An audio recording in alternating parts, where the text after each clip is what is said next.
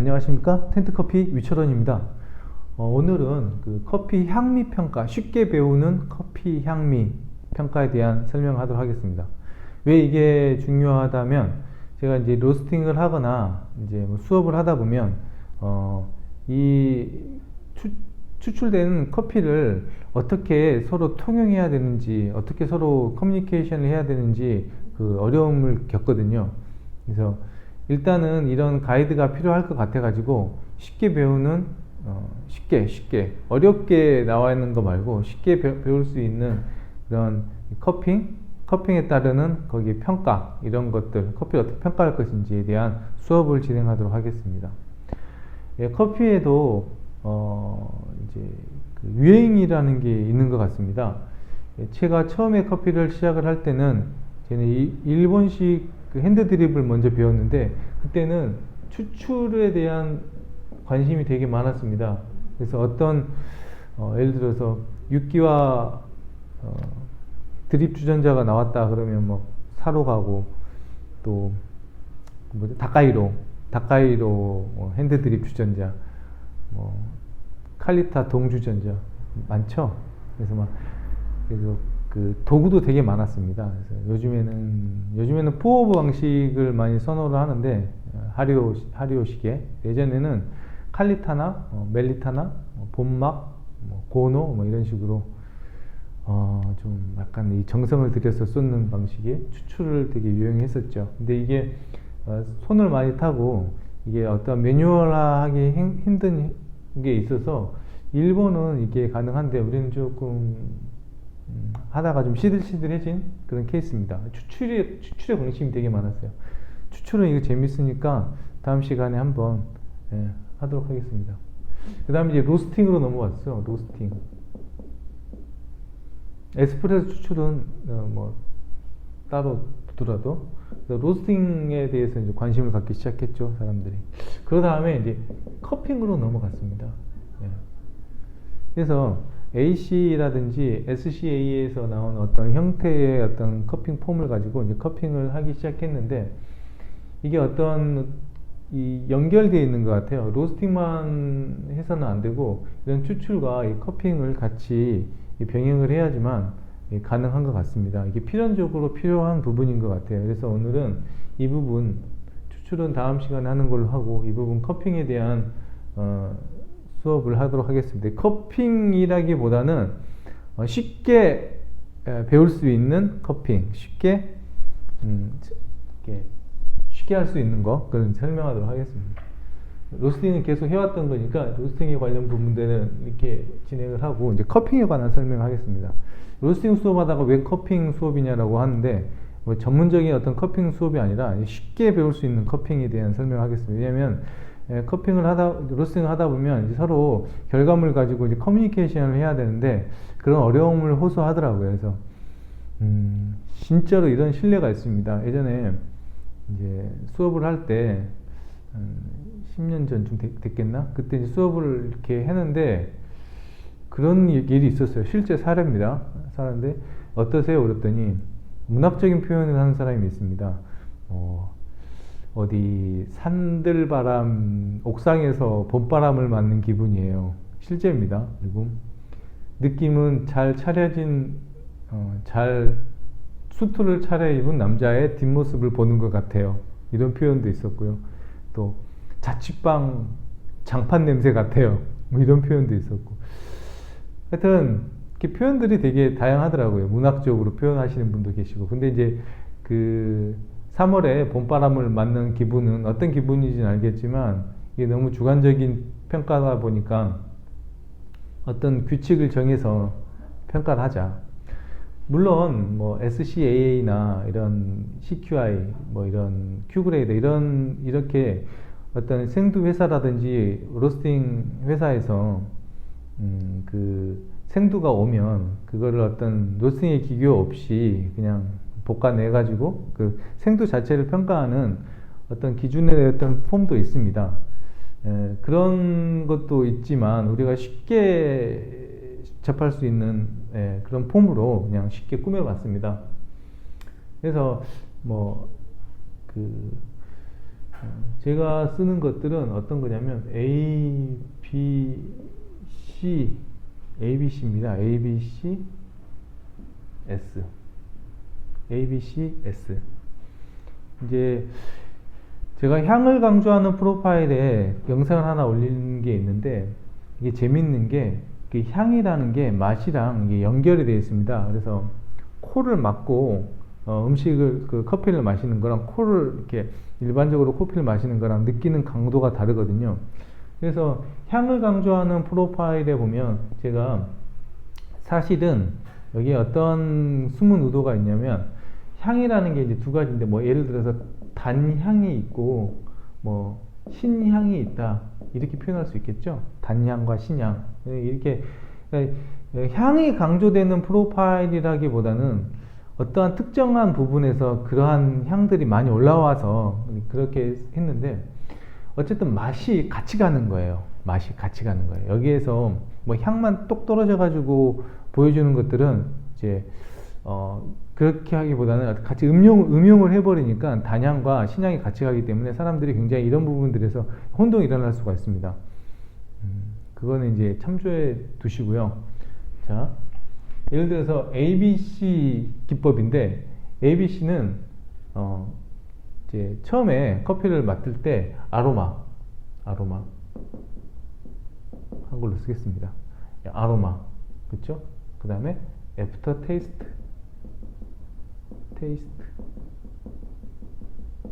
그 다음에 엑시더티, 이렇게 한글로 쓰겠습니다.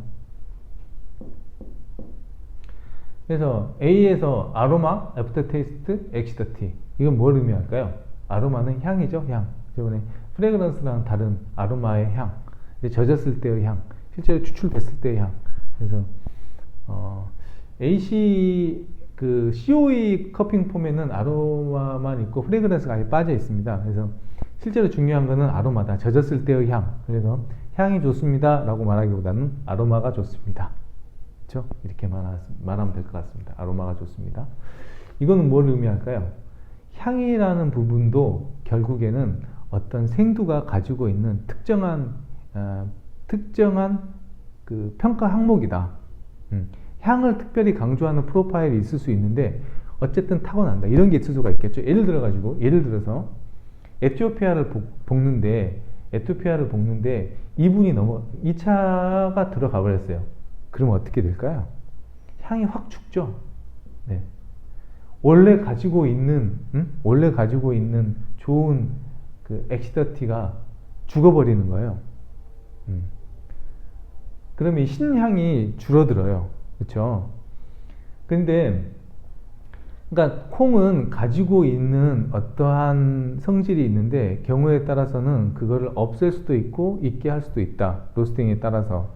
그렇지만 이 평가 항목은 기존에 얘가 가지고 있는, 그래서 이제 기교를 안 부리고 이렇게 짧게 로스팅을 해서 이제 평가를 하는데, 가지고 있는 아로마가 있다, 그렇죠? 커피는 가지고 있는 아로마가 있다.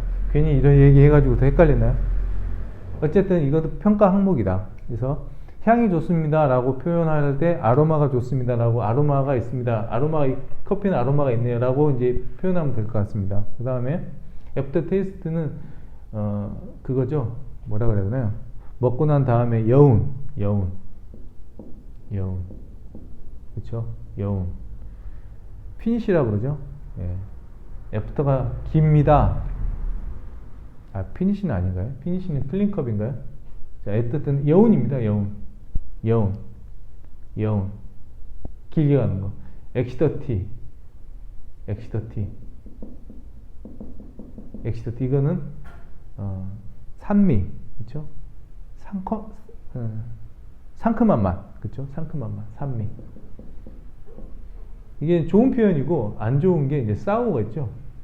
사우어, 커피가 셔요 라고 하는 거 안 좋은 표현. 엑시더티가 좀 산미가 괜찮네요. 그 뒤에서 올라오는 새콤달콤한 그런 기분 좋은 신맛, 산미, 엑시더티. 그래서 반대 개념으로 사우어. 그래서 A는 이렇게 하면 됩니다. A. 순서는 상관없어요. 그냥 순서는 사실 이제 느끼는 순서 때문에, 이제 이게 스윗니스 같은 경우는 이거는 이제 스윗니스거든요. 단맛. 스윗니스 단맛인데 이거는 좀 식었을 때 이제 평가를 하면 좋은데 이거는 그냥 순서 상관없이 그냥 하면 될 것 같습니다. 그래서 엑시더티가 좋네요. 아로마가 좋네요. 애프터가 좋네요. 뭐 이런 식으로 표현하면 될 것 같습니다. A 항목 A, B. B는 바디. 시체가 아니라 바디. 바디감. 뭔가요? 이게 애매하죠? 이거랑 마우스필이랑 헷갈릴 수 있어요. 그쵸? 근데 엄연하게 분리를 해야 됩니다. 그러니까 뭐냐면 이 굉장히 이것도 이 부분도 좀 헷갈리기도 하지만 이게 굉장히 주관적이고 어떤 자기 취향적인 부분도 있어요. 그래서 어떤 사람은 근데 이제 물을 먹었을 때 바디감과 그 우유를 먹었을 때 바디감이 다른 거잖아요. 근데 바디감은 어떤 느낌적인 부분이에요. 그래서 묵직하다. 커피가 묵직해. 왜 이게 중요하냐면 이게 있어야지 이제 블렌딩을 했을 때나 우유랑 섞었을 때 힘을 발휘할 수 있습니다. 그래서 바디감이 좋은 커피가 있죠. 일반적으로. 그래서 바디감이 좋은 커피가 뭐가 있을까요? 만델린, 콜롬비아, 브라질, 인도네시아 콩, 인도 콩, 이런 것들 바디감 무거운 커피죠. 음식이 무겁다 할 때 바디감이 좋다. 꼭 필요한 항목입니다. 꼭 필요한 항목이어서 말씀드립니다. 마우스를 먹었을 때 그 텍스처, 먹었을 때 마우스필이 부드러워, 마일드해 이렇게 할 때 마우스필이라는 건데 바디랑 연결이 되어 있는 것 같지만 사실 엄연히 좀 분리를 해야 되는 부분이 있습니다. 예로 이런 게 있을 수가 있겠죠. 신맛도 바디감이 있는 신맛이 있겠죠. 산미가. 예를 들어서 케냐의 산미와 에티오피아의 산미는 다르죠. 그렇죠. 에티오피아의 산미는 저는 이렇게 표현을 합니다. 케냐의 산미랑 에티오피아의 산미는 아이유의 고음이 있고, 그죠? 아이유의 고음, 약간 간들간들한 하늘하늘한 그런 고음이 있고, 또 케냐는 같은 고음이라도 임재범의 고음, 이런 좀 묵직한 고음 그런 게 있을 수 있겠죠. 이미자의 고음 이런 것처럼 폭이 넓게 길다란 거, 그렇죠? 그 마우스 바디감도 연결이 되어 있어요. 케냐의 바디감이 그러니까 이게 딱딱 분리하기가 되게 힘든 게 막 이렇게 섞여 있거든요. 그래서 케냐의 바디감, 마우스필 그리고 밸런스가 있겠죠. 밸런스를 하죠. 밸런스 이런 식으로 B 항목에는 바디랑 밸런스를 체크하면 됩니다. 이 밸런스는 콩이 어느 정도 더 조화롭게 되어 있냐는 건데 이것도 굉장히 좀 주관적인 평가 항목입니다. 밸런스와 오버롤 같은 경우 균일성, 전체적인 평가 이건 굉장히 좀 약간 주관적인 평가가 좀 있어서 그런 부분은 본인이 판단하시면 되고 우리가 B 항목에서는 해야 될 게 바디랑 바디 이 정도, 그죠? 밸런스는 쓰셔도 되고 그 다음에 C는 의외로 간단하죠. 클린컵. D가 깨끗해. 이런 것도 있을 수 있죠. D가 깨끗해. 그 다음에 S는 스윗니스. 그래서 이 정도 선에서 얘기를 하면 될 것 같습니다.